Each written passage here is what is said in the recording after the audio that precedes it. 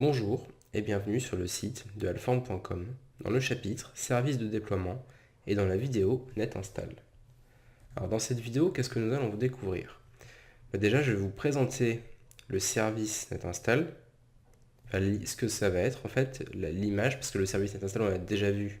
Donc là, ce qu'on va faire, c'est voir les différents types d'images, donc les deux types qui nous manquent.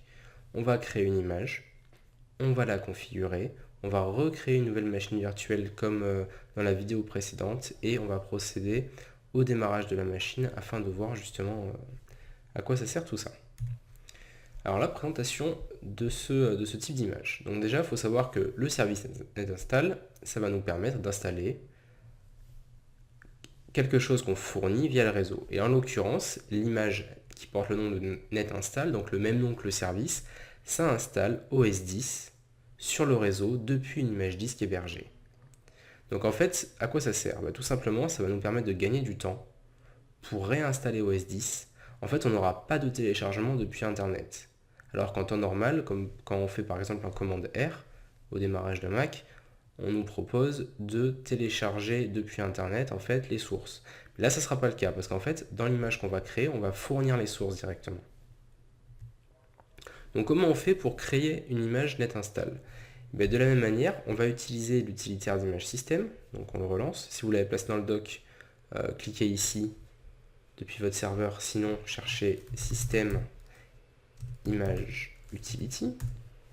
Donc vous le lancez, vous sélectionnez votre programme d'installation que vous avez téléchargé au préalable, on appuie sur suivant, et là on sélectionne, c'est même l'image qui est sélectionnée par défaut, image NetInstall. Donc l'image NetInstall, elle installe OS 10 sur le réseau depuis une image hébergée. On appuie sur suivant, on accepte les conditions. Donc là, toujours pareil, si on a envie de faire une configuration personnalisée, donc c'est quand même une option facultative, on n'est pas obligé, on peut dire, voilà, après l'installation, on aura des choses qui vont s'exécuter. Ça peut être une très bonne manière de faire. Nous, on va quand même laisser par défaut. Donc on fait suivant. On va passer toutes ces étapes. Donc gérer les noms, moi je vais mettre par exemple NetInstall, comme on l'avait fait la dernière fois, donc il sera identifié par le nom NetInstall tiré suivi d'une série de 2 chiffres. Je fais suivant. Je peux sélectionner également un serveur d'annuaire, donc chose que je ne vais pas faire, mais on peut très bien le faire. Choisissez cette option pour créer une image disque réseau à installer sur un volume cible spécifique sans interaction utilisateur. Justement, ça sera encore mieux. Nous, c'est ce qu'on va faire. Alors, je ne sais pas si je l'avais coché à l'époque, non, pas forcément. Installer automatiquement sur... On peut le faire comme ça, mais après, il faut préciser le nom du volume. Est-ce qu'on en a vraiment besoin?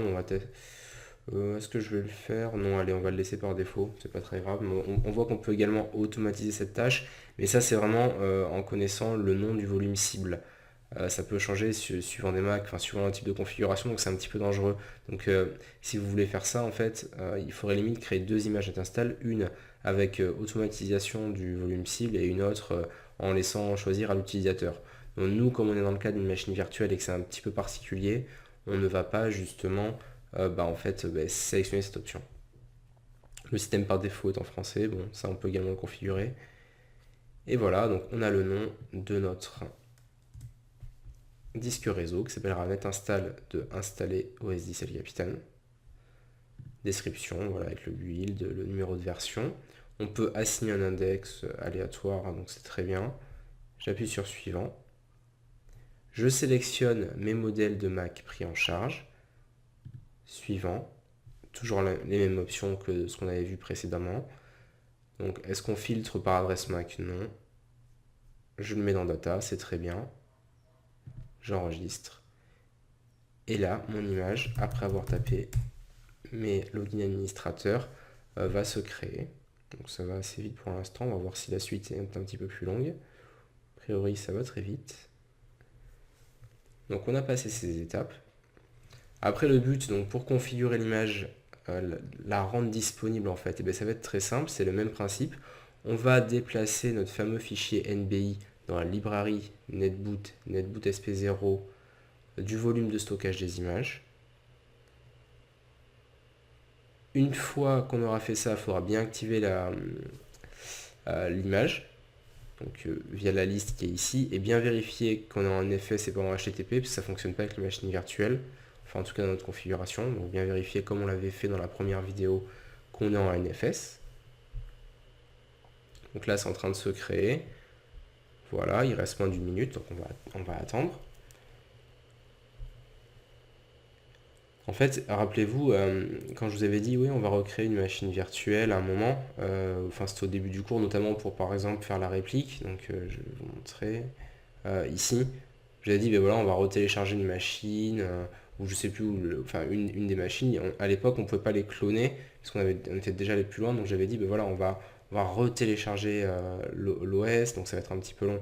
Là maintenant avec cette méthode, vous êtes complètement capable d'installer des machines virtuelles de manière assez simple, hormis le clonage. Là, on peut vraiment distribuer une image d'installation via le réseau. Voilà, l'image est créée, j'appuie sur terminer. Donc je me rends dans mon volume data. J'ai mon image qui est ici, donc moi je vais dérouler netboot SP0, je vais faire des clients et rien, voilà. SP0, je le prends, donc j'appuie sur la touche commande, je déplace. Je tape mes crédences administrateur, et voilà. Mon image net install est disponible. Enfin, elle est en tout cas déplacée. Maintenant, on va attendre un petit peu que ça charge. Voilà. Je vais la rendre disponible par défaut. Alors, si ça veut bien. Oui, c'est bon, voilà, il fait un petit temps d'attente. Je double-clique et surtout, je la rends disponible via NFS, parce que par défaut, elle n'est pas en HTTP. Voilà. Donc après, j'ai pas forcément d'autres options à cocher. Donc là, vous devez vous retrouver avec deux images, l'image netboot et l'image netinstall. Le fait, je reprécise, de la passer par défaut, ça veut dire qu'en fait, directement, quand on va booter une nouvelle machine virtuelle sur le réseau, il va avoir uniquement ceci de disponible. Donc ça nous arrange, ça nous évite, voilà, avec les machines virtuelles de confondre. Donc maintenant, on va procéder exactement de la même manière. On va recréer une machine virtuelle comme on l'avait fait. Alors soit vous pouvez utiliser la même, moi j'en fais une autre parce que je vais aller plus loin en fait, on va voir, je vais aller jusqu'au bout justement de ce processus. Alors j'ajoute une nouvelle machine virtuelle, personnaliser, continuer, ce sera du 10.11, créer un nouveau disque dur, et je personnalise les réglages.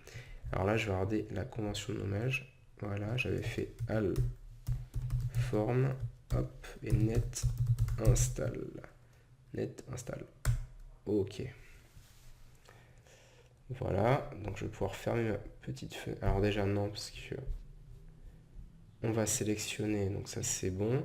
Le volume de démarrage, donc notre carte réseau, très bien. Je vais même en profiter après pour fermer cette fenêtre. Donc là, oui, j'ai rien à configurer de plus. Je vais fermer cette fenêtre, j'en ai plus en avoir besoin. Alors on va organiser un petit peu tout ça, c'est bon. Une fois qu'on a configuré notre machine, donc on boot sur la carte réseau, on la nomme, et je vais lancer justement le démarrage. Donc c'est bien celle-là, Alform net install, très bien. Et j'appuie sur le bouton démarrer. Donc là, qu'est-ce que je vais avoir? Je vais avoir ma carte réseau qui me dit, voilà, enfin, qu'on boot sur le réseau. Donc on boot depuis le réseau. Donc on va voir si tout se passe bien. Donc là, pour l'instant, je n'ai rien dans les connexions, hein, c'est tout à fait normal. Voilà, alors là, par contre, j'ai peut-être un petit bug. Hop là, graphique. On va le remettre, voilà, que ce soit au centre quand même. Ce sera un petit peu plus sympa. C'est pareil, hein, quand vous travaillez sur des machines virtuelles, là je vous montre ma machine physique le temps que ça boot. N'hésitez pas à faire des bureaux virtuels, ça peut être très pratique. Donc là, on est en train de booter via le réseau. Donc le but en fait, ça va être de tomber justement sur directement l'interface d'installation d'OS 10. Bon, on va voir, en fait on va tomber sur l'utilitaire de restauration. Mais quand on va télécharger, on va appuyer sur réinstaller OS 10. On va en fait, si vous voulez, avoir les mêmes étapes que quand on va sur internet, mais au lieu d'avoir la page de téléchargement, on va tomber justement sur l'installation. Donc on a gagné facilement 1 heure à 2 heures. Donc c'est quand même non négligeable. Voilà, je suis en train de booter via le réseau, ça prend un petit peu de temps, on va attendre, hein. Le but, voilà, de ça, ça va être de fournir ben, à des clients une image de référence pour réinstaller leur Mac. Alors, ça peut être très utile dans certains cas de figure, notamment, bah, il y aura des Macs qui ne seront pas forcément administrés de la même manière. Il y aura vraiment, on ne pourra pas forcément automatiser certaines configurations. Donc pourquoi pas, en fait, si vous voulez, proposer une image de réinstallation via le réseau. Alors par contre, on va parler un petit peu du cycle de vie de ces images. Parce qu'on a vu, on crée ces images donc via l'utilitaire d'image système. On les rend disponibles, donc on les crée, on les rend disponibles dans Netboot SP0. Elles apparaissent sur le service et on active le service afin de les diffuser via le réseau. Par contre, on n'a pas possibilité de trop les modifier. Donc en fait, à chaque mise à jour, par exemple, si vous voulez vraiment être vraiment up-to-date, il faudra mettre à jour votre Mac de référence pour créer les utilitaires d'image système, pour ensuite, bien évidemment, recréer une image et remplacer celle-ci. C'est comme ça en fait qu'on va gérer, si vous voulez, les nouvelles versions. Pour comme ça, si là je suis en quelle version, je vais être en 10.11.3. Si demain 10.11.4 sort, en fait je supprimerai mon image et je mettrai à jour mon Mac de référence, bon, qui n'est pas forcément le serveur au passage, hein, et je recréerai en fait depuis l'utilitaire d'image système une nouvelle image. Donc ça c'est important de le dire, hein. On est en train de booter, ça va plus prendre beaucoup de temps. Donc voilà, surtout, voilà, faut avoir ça en tête. Et pareil pour l'image réseau, bah, s'il y a des choses assez compliquées, faut voir l'avantage, enfin, si la configuration est assez complexe, faut voir l'avantage de tout refaire et voir ce que ça apporte là, par exemple la 10.11.4, la version 10.11.4. Si vous n'avez pas nécessité, voilà, de forcément passer, vous pouvez le laisser vivre encore quelques temps. Ça, c'est vraiment, tout dépend, les besoins, les usages, c'est vraiment, chaque cas est particulier, chaque client est particulier. Donc là, on est en train de booter, on va bientôt avoir l'étape en fait de choix de la langue. Donc ça, c'est important. Pour après arriver sur l'utilitaire OS 10, puis pour lancer justement l'installation d'OS 10. Donc moi, je vais faire une installation complète, je couperai bien évidemment la vidéo pour bien vous montrer que tout fonctionne correctement. Voilà, donc là, il a repris la séquence de boot, ça va pas tarder à venir, à s'afficher. On voit d'ailleurs dans connexion que là, on a un Mac, donc c'est le Mac.local pour l'instant, qui a l'IP 161. Rappelez-vous, l'autre machine qu'on avait créée, c'était la 160, que c'est une net install, alors qu'avant on avait vu que c'était un netboot. Bon, progression après, bon, on l'affiche pas forcément. Il faudra attendre un petit peu, voir la progression, mais en tout cas, on peut avoir un vrai statut de notre machine. Bon, ce que je vais faire, je vais peut-être couper la vidéo étant donné que c'est long, et je vous reprends dès qu'on en est au processus d'installation. Donc on se retrouve une fois que l'installation, que l'utilitaire d'OS 10 se lance. Bon, bien évidemment, c'est au moment où j'ai arrêté la vidéo que ça s'est lancé automatiquement. C'est toujours comme ça. Donc on va choisir la langue, bon, pourquoi pas du français. On appuie sur continuer. Alors on va voir, bon, c'est un petit peu plus long, hein, voilà. Pour configurer l'installation d'OS 10, cliquez sur continuer pour réparer votre disque à l'aide de l'utilitaire, etc.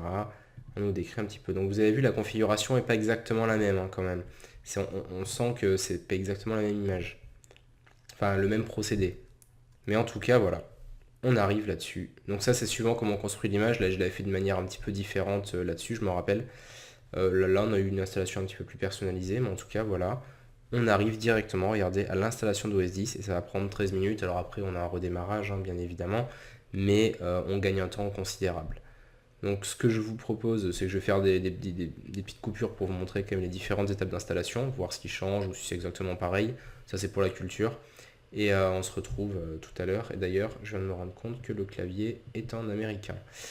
Non, c'est pas... Ah, est-ce que je peux le changer pendant l'installation? Oui. Donc ça, c'est comme d'habitude, à chaque fois, souvent le clavier est en américain. Donc surtout si vous faites pareil. Donc là, ça, par contre, ça a un petit peu de latence. Français numérique. Hop là, comme ça, quand on entrera le nom de la session, on ne sera pas embêté. Voilà, super. Mais je vous retrouve tout à l'heure, justement, pour les différentes étapes. Donc, on se retrouve après que j'ai lancé, donc que j'ai laissé finir l'installation. Alors, première chose, déjà, Donc je me suis absenté entre temps, je suis allé manger pour tout vous dire. Et en fait, je suis revenu donc sur la machine virtuelle et je suis en fait revenu à cette étape. Donc je me suis dit à l'étape en fait d'installation, plutôt on va dire plutôt ça. Et je comprenais pas. Et en fait tout simplement parce que le démarrage était en boucle. Donc une fois que vous avez fini, éteignez la machine virtuelle et allez changer ce paramètre. Et revenez en fait sur le disque dur. Comme ça va démarrer en fait la fin de l'installation d'OS 10. Donc première chose à savoir. Donc une fois qu'on a redémarré, on va tomber sur cette étape. Donc nous, ce qu'on va faire, on va quand même finir la configuration pour voir si on a un OS qui fonctionne de manière classique. Donc on configure le clavier, voilà. Donc ça c'est assez banal, hein. On va mettre d'Apple ID, on va juste créer une petite session et on va voir si tout fonctionne convenablement. Voilà, on a une super icône. Test, on va mettre net install.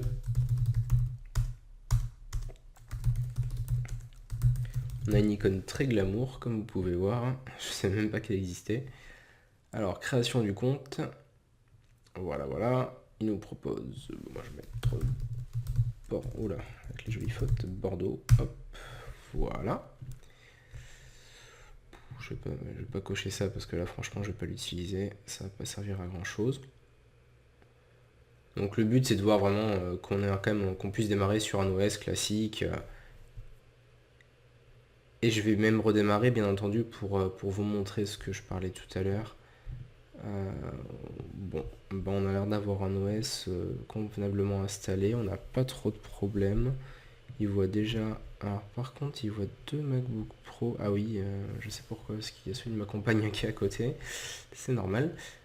Du coup, voilà. Je vais vérifier un dernier paramètre. Le nom de ma machine, donc on est bien net install avec un UDID bien précis, enfin bien aléatoire, mais c'est exactement comme on l'avait indiqué. Donc là on est bien connexion, donc là on voit plus. Bon, il a un petit peu de mal à voir, mais c'est pas grave. Donc ça c'était pour le programme d'installation. Donc on a vu bien que le Mac à cette adresse IP s'était connecté au service, donc c'est parfait. Et donc juste pour finir, je vais redémarrer pour vous montrer voilà, une séquence de boot classique, hein, celle que vous connaissez déjà, mais là c'est un petit peu particulier, parce qu'on a quand même installé un Mac depuis une image réseau d'installation. Donc vraiment là je boot sur ma carte, pas sur ma carte réseau justement, vous allez voir, et je suis bien sur ma machine, voilà. Donc ça c'est super, je suis bien regardé sur ma machine, Alform mode install depuis le début. Donc ce que je disais, le paramètre, hein, si vous ne voyez plus où il est, c'est dans réglages, non pas disque dur justement, je me fais avoir, mais disque de démarrage. Par défaut on était comme ça, donc une fois que vous avez installé, enfin vous avez fini la première étape de l'installation, éteignez la machine ou alors pendant qu'il redémarre, vous cliquez là-dessus et vous faites redémarrer. Comme ça vous allez lancer la fin de l'installation d'OS 10. Donc on démarre de manière classique, on n'a plus de terre pour dire qu'on démarre sur la carte réseau, là on démarre vraiment sur notre disque dur principal, voilà notre session. Je tape le mot de passe et je vais pouvoir démarrer sans problème. Moi j'ai pas les VMware Tools, c'est pour ça qu'on a eu des petits glitches graphiques. Mais voilà, donc, et on a bien, donc on va vérifier un petit peu ce qu'on a fait, parce que nous le but c'était d'installer un OS 10 en 10.11.3, donc c'est bien ce qu'on a, avec le bon build, donc ça correspond exactement à ce qu'on avait là, 10.11.3 avec le build 15D21. Donc là on est complètement conforme à ce qu'on voulait faire, donc c'est parfait. Donc cette vidéo conclut en fait le deuxième type d'image, donc net install.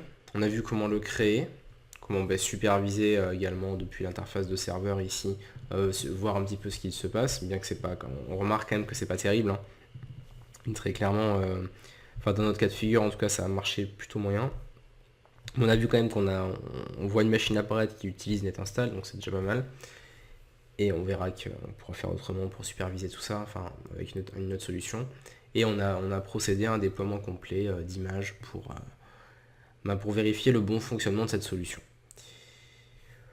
Voilà, je pense que c'est tout. Je vous ai montré voilà, l'essentiel au niveau de ce service, enfin notamment de ce type d'image. On verra dans la prochaine vidéo le dernier type d'image, voir ce qu'on peut faire avec. Voilà, donc c'est tout pour cette vidéo et je vous retrouve dans la prochaine.